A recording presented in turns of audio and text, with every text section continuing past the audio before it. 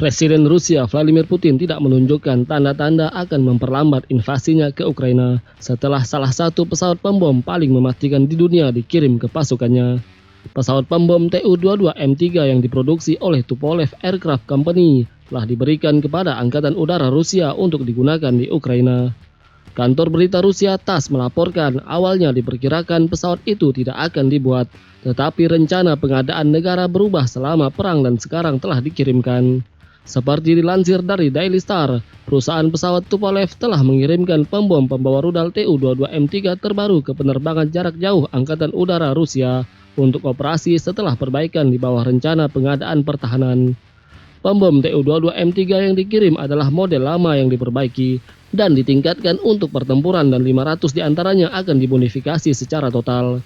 Menurut laporan, Tu-22M3 memiliki kecepatan tertinggi Mach 2,05 dan dapat membawa beberapa rudal hipersonik. Sekarang pembom itu juga memiliki sistem navigasi baru serta unit pengiriman bom untuk akurasi yang lebih baik. Seorang pakar militer mengatakan berita tentang pesawat pengebom yang ditingkatkan datang ketika muncul kabar bahwa Putin sedang mencoba untuk menggerogoti dompet orang-orang Inggris yang susah payah dengan biaya hidup krisis karena perang di Ukraina berlanjut dengan biaya yang sangat besar. Jenderal Sir Richard Barons, mantan komandan Komando Pasukan Gabungan Inggris, menjelaskan bagaimana salah satu strategi utama yang dilakukan oleh Putin yaitu berpusat pada rasa frustrasi di Barat tentang pembayaran bantuan militer untuk Ukraina. Berbicara secara eksklusif kepada Daily Star, Sir Richard mengatakan bahwa salah satu elemen strategis utama dari kampanye Rusia adalah mencoba menguras keinginan Barat untuk terus mengirim uang dan orang. Dia menjelaskan bahwa Rusia ingin mengeksploitasi masalah yang terjadi di negara-negara yang mendukung Ukraina, seperti Inggris, Amerika Serikat, Italia, dan Jerman. Saat ini baik Amerika dan Rusia masing-masing memiliki trio bomber strategis yang masih beroperasi saat ini. Di sisi Amerika, mereka memiliki pembom gaik B-52 Stratofortress, pesawat pembom dengan sayap Ayun B-1B Lancer, serta pesawat bomber B-2 Spirit. Sementara itu, Rusia yang menjadi pewaris Uni Soviet mengoperasikan pembom Tu-95 Bear, Tu-22M3 Backfire, serta Tu-160 Blackjack. Masing-masing pesawat masih memiliki peran strategis sebagai alat diplomasi. Jadi pesan dari trio bomber ini jelas, yaitu jangan macam-macam, kami punya ini. Menariknya, Tu-22M3 merupakan pesawat bomber yang tidak ada padanannya di Amerika. Artinya, Amerika tidak memiliki pesawat pengebom yang spesifikasinya seperti Tu-22M3. Lalu, apa keistimewaan dari pesawat ini? Desain Tu-22M3 dikembangkan dari pesawat pengebom Tu-22 Blinder, di mana pesawat tersebut dibuat Uni Soviet pada dekade tahun 1950-an. Tu-22 Blinder punya kecepatan yang fantastis, tapi sulit dalam perawatan serta punya visibilitas buruk. Pada tahun 1962, Biro Desain Tupolev mulai mengerjakan pesawat baru dengan mencomot desain dari Tu-22 Blinder. Tupolev berencana untuk menambahkan desain sayap variable sweep dan mesin yang ditingkatkan ke dalam desain yang diperbaharui. Setahun kemudian, pada tahun 1964, Sukhoi memenangkan kontrak untuk merancang desain pesawat bomber supersonik untuk menyaingi XB-70 Valkyrie buatan Amerika. Desain T-4 dari Sukhoi dianggap lebih menarik dari desain yang ditawarkan oleh Yakovlev dan Tupolev. Pemerintah Soviet pun mulai pesimis dengan rencana peningkatan Tu-22 oleh Tupolev setelah melihat desain dari Sukhoi. Meski begitu, pihak Tupolev tetap melanjutkan pengembangan Tu-22. 4 tahun berselang, pemerintah Soviet akhirnya menyetujui desain baru Tu-22 pada 28 November 1967 dan menetapkan pengembangan senjata utama pesawat yakni rudal Kh-22. Sementara itu, Sukhoi T-4 yang akan melakukan penerbangan pertamanya pada tahun 1972, produksi dan pengembangannya dibatalkan karena biaya untuk risetnya terlalu mahal.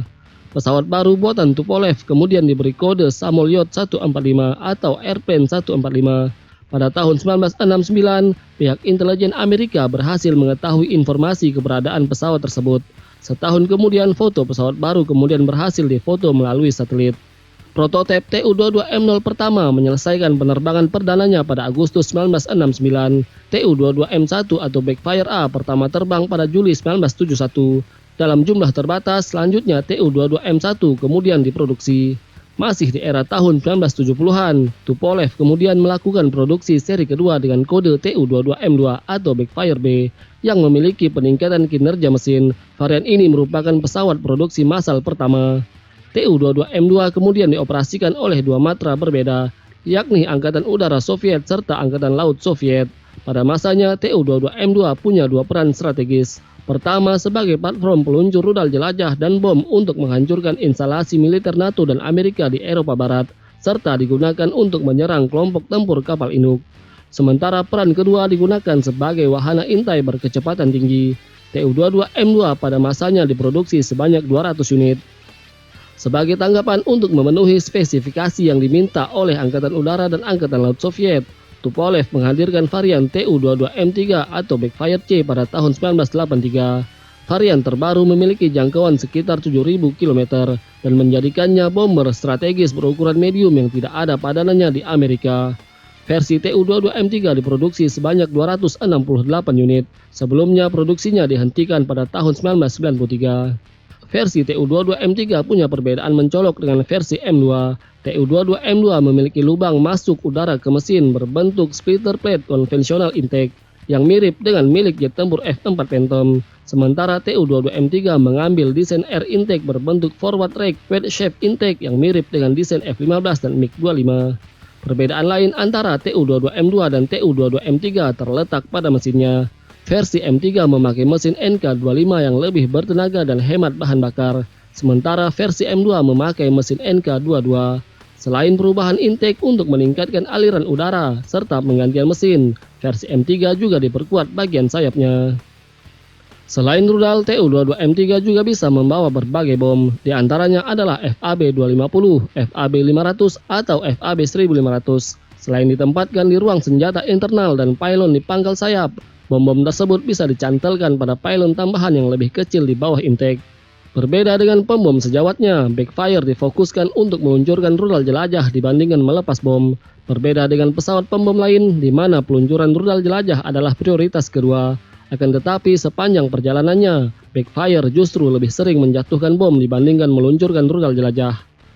Tu-22M3 juga dibekali Cannon GSA-23L kaliber 23 mm yang dipasang di turret pada bagian ekor pesawat untuk senjata pertahanan diri. Senjata ini dioperasikan secara remote dari kokpit pesawat. Cannon berlaras kembar ini punya kecepatan tembak 4.000 peluru per menit dengan kapasitas magazin 1.200 proyektil. Untuk mengendus target dipasang gun ranging radar PRS-4 Krypton. Saat ini varian Tu-22M3M adalah varian pesawat paling canggih dari keluarga backfire. Bisa dibilang pesawat ini adalah versi upgrade atau peningkatan dari Tu-22M3. Kode huruf M biasanya adalah kode untuk modernisasi. Tu-22M3M melakukan penerbangan pertama dari Gorbunov Aircraft Enterprise di Kazan pada 28 Desember 2018. Pada 16 Agustus 2018, Tu-22M3M keluar dari hanggarnya.